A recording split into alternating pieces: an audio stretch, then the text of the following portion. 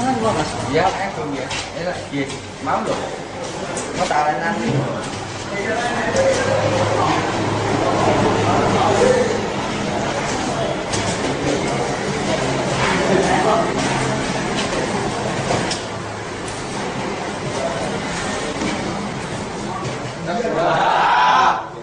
Ini untuk anakku semuanya, untuk anak 3 TKN yang saya banggakan. Sebelum kalian untuk memulai teori transmisi, kita nanti setelah ini baru praktek ya. Saya minta salah satu anak untuk mengambil tugas dulu. Silakan, salah satu anak. Oke. Kita nanti akan Bapak absen dulu satu persatu. Ya, kalau ada bilang ada, itu aja, atau bilang hadir ya. Ya. Absen dulu. Aditya Putra Permana. Hadir Pak. Aditya lulus Febri. Sarjianto. Hadir Pak. Widodo. Hadir Pak. Oke, berarti tidak ada yang izin ya? Ya. Komplit ya, hadir ya? Ya. Alhamdulillah. Berarti untuk kelas 3 TKN 1 hadir semua. Jadi nanti proses belajar mengajar bisa terlaksana dengan baik. Oke, sebelum Pak Agung untuk mulai proses belajar mengajar, nanti kita teori dulu baru praktek. Dan sebelumnya seperti biasa kita diam dulu ya. Ya. Biasa kalau tidak lupa. Siap pimpin ya. Ya. SMK? Bisa. SMK? Bisa. SMK? Bisa. Pemnas? Jaya. Pemnas? Jaya. Pemnas? Jaya.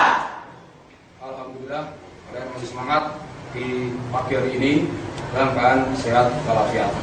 Tidak kurang suatu apapun. Oke anak, untuk langsung aja biar lebih cepat ya, karena waktu kita juga terbatas. Nanti ada praktek. Nanti saya harap nanti kalian berkelompok, satu transmisi bisa 6 orang, langsung untuk kelompok ya, menurut absen atau teman kalian monggo terserah, kalau bisa untuk absen. Pak Agung memberi materi tentang transmisi manual. Kita mengulang sebentar pertemuan kemarin ya. Ya. Masalah transmisi manual, kalian pasti sudah paham Pak. Kelas 2 sudah menggunakan transmisi juga toh? Ya. Kelas 3 apalagi lebih paham. Oke, untuk pertemuan awal ini Pak Agung akan mencoba ya bertanya atau kita sharing untuk pertemuan yang kemarin supaya kalian lebih ingat untuk pertemuan kali ini. Transmisi manual. Oke. Untuk transmisi manual sendiri kalian sudah tahu itu ada beberapa komponen ya, yang banyak sekali. Di buku manual itu juga ada. Yang paling utama yaitu pada poros input dan output shaft atau poros masuk dan poros keluar, istilahnya itu output shaft dan input shaft. Untuk lebih menjelas lagi, coba aku mau tanya, nanti kita diskusi aja siapa yang mau menjawab atau yang menambah, mengulang. Ini ada pertanyaan. Coba sebutkan fungsi dari transmisi. Siapa? Kalau yang mau menjawab, nanti kalau bisa menjawab, saya beri poin untuk nilai. Silakan.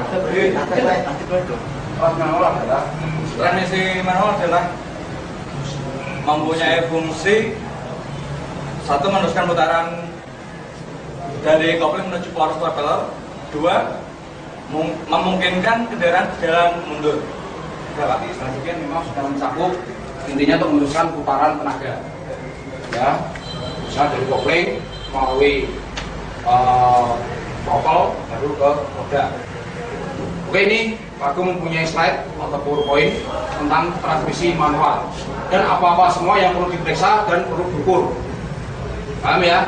Paham. Nanti perhatikan kalau memang ada yang belum jelas bisa tanyakan, nanti saya beri sesi bertanya. Oke, transmisi manual atau manual transmission. Nih, sudah. Fungsinya memperbesar momen kontir torsi pada waktu start atau menjadi 2 memundurkan kendaraan. Fungsi kerjanya merubah kecepatan putar mesin dengan cara menggunakan transmisi otomatis. Oke, dari fungsi dan prinsip kerja itu memang harus dilakukan secara halus atau perbedaan giginya loh. Ya. Tidak boleh kasar. Misalnya ada bunyi jeglek dan sebagainya. Jadi perbedaan tenaga, ya misalnya dari engine ya ke profil ke roda itu harus dilakukan secara halus. Ya, jadi jangan sampai ada bunyi-bunyian misalnya jeglek dan sebagainya atau bunyi berdengung. Berarti ada sesuatu dalam komponen transmisi itu yang perlu kita periksa. Itu intinya untuk transmisi. Baik itu transmisi motor dan mobil sama saja. Untuk kita kan khususnya manual ya. Manual. Oke, lanjut. Yang kedua, ini ada fungsi komponen lain untuk dari transmisi yaitu sinkromes. Kalian sudah tahu bentuknya ya. Sinkromes di dalam ini input shaft ada sinkromes ini seperti ini. Nah, itu ada fungsinya. Di dalam semua ini kan namanya poros input. Taruh ini poros output ya, atau output shaft atau input shaft. Di dalam sini semua itu pada output shaft terdapat berapa sinkromes? Ayo, siapa yang tahu? Di sini ada berapa? Ada 4 ya? Nah, jumlahnya ada 4 seperti ini. Ini harus komplit. Semuanya harus komplit. Nggak boleh hilang atau tercampur dalam komponen.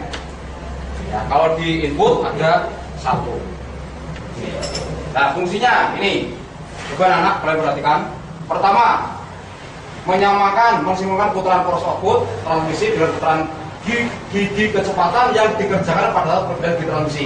Jadi perpindahan harus secara halus. Nah, ini yang menghasilkan halus tidaknya yaitu sinkromes ini. Kalau ini lancar perbedaan giginya, berarti semuanya komponen itu langsung lancar. Terus ada mempermudah perpindahan gigi transmisi, memperlembut perpindahan gigi transmisi. 4 perpindahan gigi transmisi dapat dalam satu mobil berjalan. Nah, berarti ini sangat penting sekali. Nah, dari kuningan ini fungsinya ada 4. Jangan sampai ini giginya rompal atau istilahnya retak dan sebagainya. Ya rontok apalagi. Ini jadi intinya sangat urgent sekali, penting pada transmisi manual pada kendaraan roda 4. Ya. Oke, ada pertanyaan dulu yang ini? Ya. Ada. Next, lanjut ya. Ya. Nah ini nanti kalian saya suruh untuk praktek memeriksa ring sinkromes pada celah. Ini ring sinkromesnya ada ininya nanti. Pak, ini ya, paham ya? Ya. Dengan nama alatnya apa nanti? Filler gig atau puller. Ya, filler gig atau puller. Ini nanti. Limitnya 0,5 mili. Celah sadarnya ini. Dibagi dulu. Silakan kalau ada pertanyaan. Nah, ini gearnya, ini ring sinkros. Dan naik ya. Lanjut. Oke. Nanti pada job sheet ada pemeriksaan kelancaran ring sinkromes. Caranya gimana Pak? Coba nanti kalian bongkar transmisi yang satu itu, terus kalian coprot. Ya caranya ini kan kalian putar. Kalau ini masih ada efek pengereman, ngerem, seret, berarti masih bagus atau bagus. Tapi kalau sudah loss, berarti istilahnya di sini udah aus. Ini ada ulirnya ya, di sini. Itu secara gampangnya aja untuk mengetes. Di samping untuk celah ini kalian ukur pakai filler gauge. Ukurannya seperti itu nanti. Paham? Paham. Oke. Di sini ini pengukuran celah ring sinkromes. Nah ini cuma tambahan aja untuk ring sinkromes. Dia menggunakan filler gauge. Ya. Jadi ini pada poros output shaft. Nah, ini nanti tidak usah dipapan, tidak masalah. Yang penting pada poros input dan output. Next, lanjut. Ini kurang besar ya. 12 140.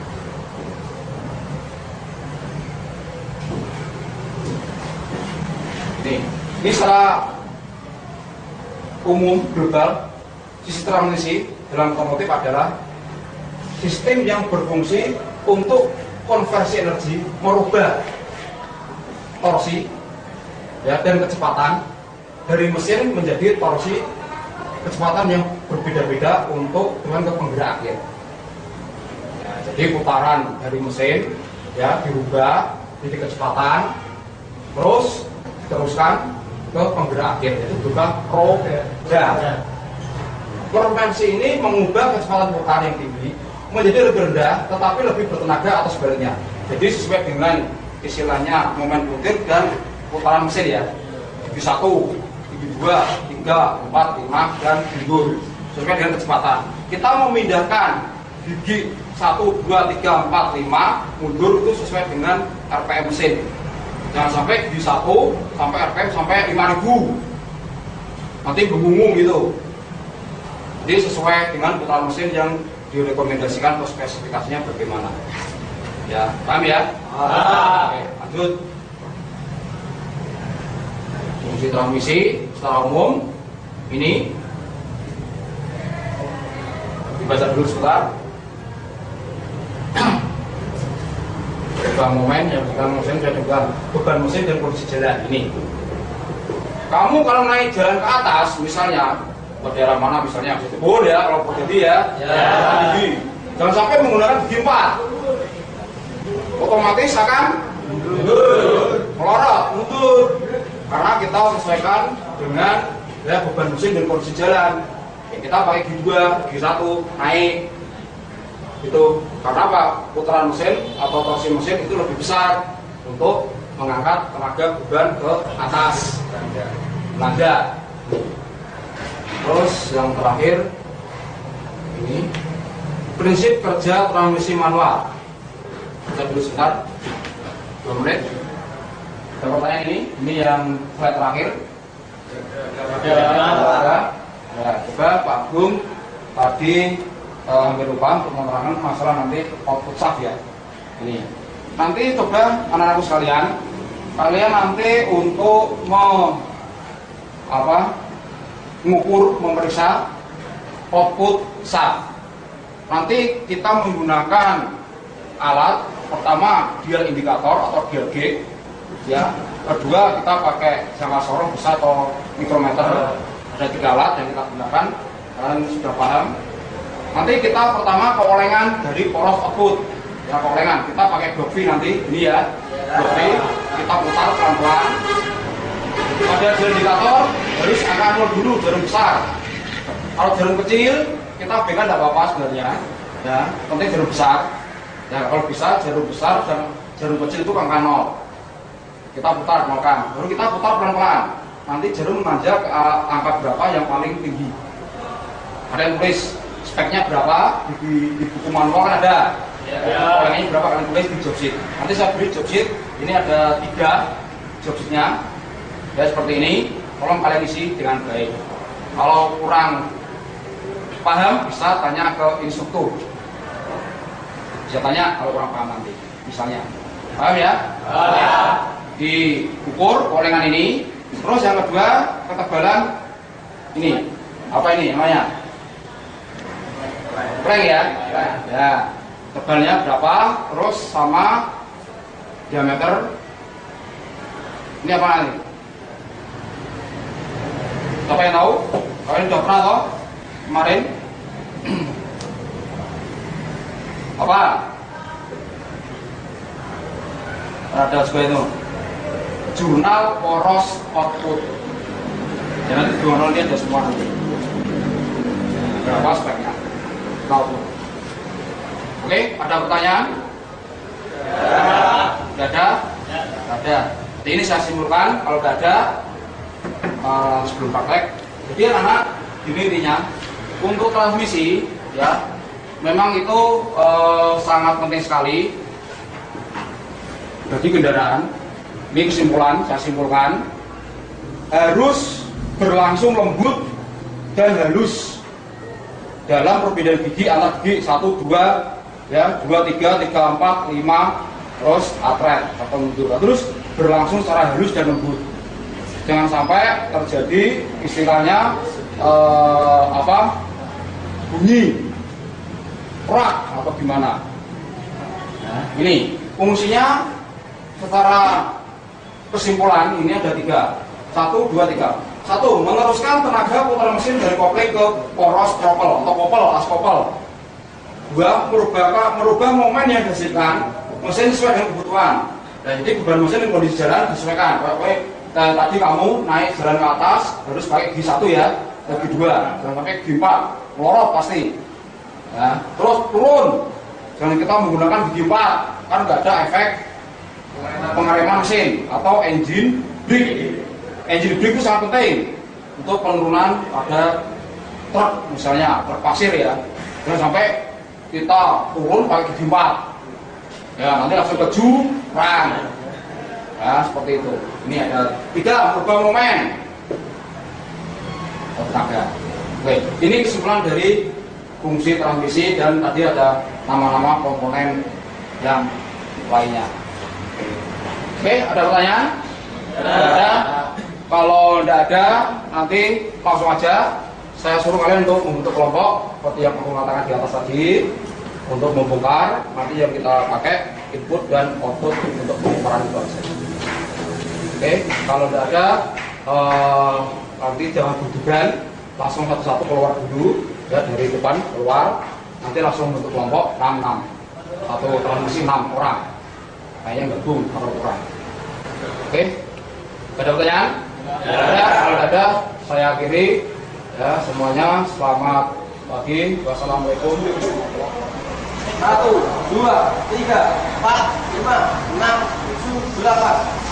Kanan 1, 2, 3, 4, 5, 6, 7, 8. Kiri 1, 2, 3, 4. Silakan beli ke posisi semula. Oke, sekarang langsung kelompok yang baik bodinya ya. Terus kelompok 2 ini bodi ditulis, ini bodinya kelompok 3. Oke, silakan.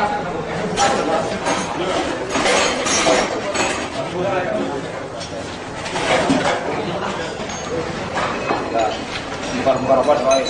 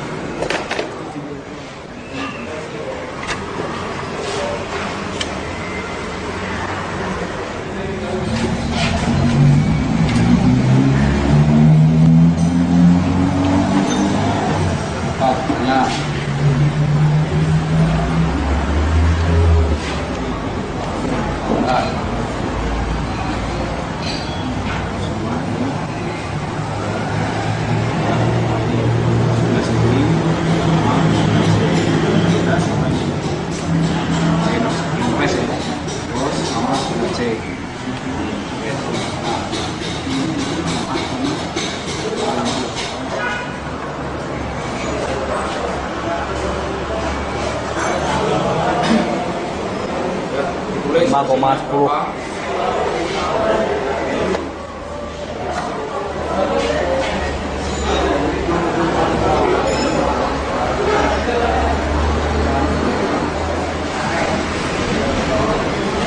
Dinyalakan dulu dial indikatornya baru panjang.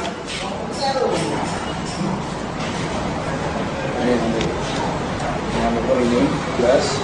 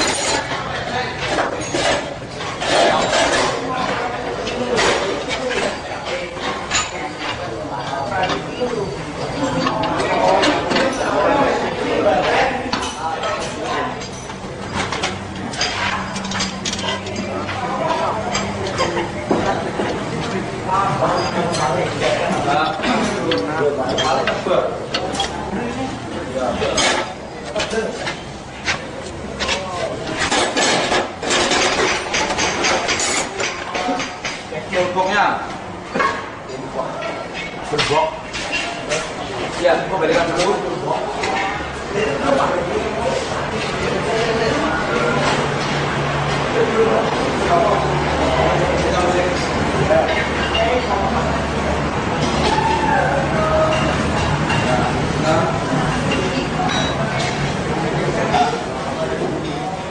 Nomor 1, 2, 3 kalian sudah melaksanakan untuk membuat pasang dan pengukuran pemeriksaan ya. Jadi sudah ada 3 jobsit yang akan dilakukan. Ini saya simpulkan. Tadi kita dalam memeriksa poros input dan output, input dulu. Ya. Saya kira ada beberapa komponen yang sudah tidak komplit ya. Misalnya tadi masalah snack ring terutama atau pengunci. Nah, terus ada double roller bearing. Itu sudah banyak yang bilang. Tapi ya nggak masalah. Ya nanti kita komplit lagi untuk pertemuan ke depan. Ya. Terus untuk hasilnya pengukuran tadi kita mengukur, ya, mengukur misalnya ketebalan crank poros output, ketebalan pada poros itu tadi loh, itu berapa? Kelompok 1 berapa tadi? Kira-kira berapa? 5,40 ya, 5,40 0,540 ya, atau 5,40. Untuk standarnya ya, untuk standarnya itu setelah maksimalnya 1,0 mili ya. Jadi untuk pada itu 1,0, jadi itu masih maksimal ya, masih bisa ditoleransi ya. Untuk kelompok 2 itu berapa tadi? Untuk memeriksa crank poros output ketebalannya kelompok 2 mana? Kira-kira berapa tadi? 5,4. Oke, itu masih masuk. Mana untuk kelompok 3 berapa? Kelompok 3 mana? Berapa kira-kira? 1. Oke, itu berarti pas untuk memeriksa ketebalan ya crank poros output atau Itu untuk hasil pemeriksaan dan pengukuran transmisi manual. Sebelumnya ada pertanyaan, silakan. Kalau ada, kalian masuk kelas masing dulu. Ya, kita nanti ada untuk silakan. Untuk misalnya tadi saya ulangi lagi, ini ada pemeriksaan ketebalan flank poros output. Ketebalan flank poros output.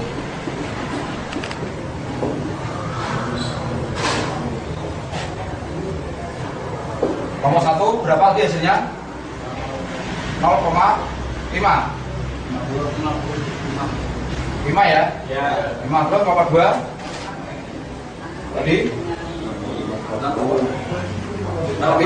sudah paham ya? Paham. Kalau sudah paham, berarti untuk hari ini praktek pemeriksaan dan pengukuran pada input dan output shaft, sehingga pertemuan untuk yang pertama ini sudah selesai ya. Jadi kalau sudah paham untuk melaksanakan pemeriksaan dan pengukuran. Oke, kalau tidak ada pertanyaan seperti biasa kita nanti juga dulu sebelum saya ya. Nanti salah satu anak bisa untuk memimpin. Nanti tolong kalau pulang segera pulang, jangan sampai kalian nongkrong-nongkrong di tempat-tempat saya kiri. Ya, langsung pulang, jangan nongkrong. Saya ulangi lagi, ya, belajar di rumah atau bantu orang tua, isi kegiatan yang positif. Ya. Silakan dipimpin juga untuk kita penutupan. Sudah, nanti langsung berkemas-kemas, kita salaman biasa, turut nanti aku di sini ya. Oke, saya akhiri semuanya. Selamat siang. Wassalamualaikum warahmatullahi wabarakatuh. Nah,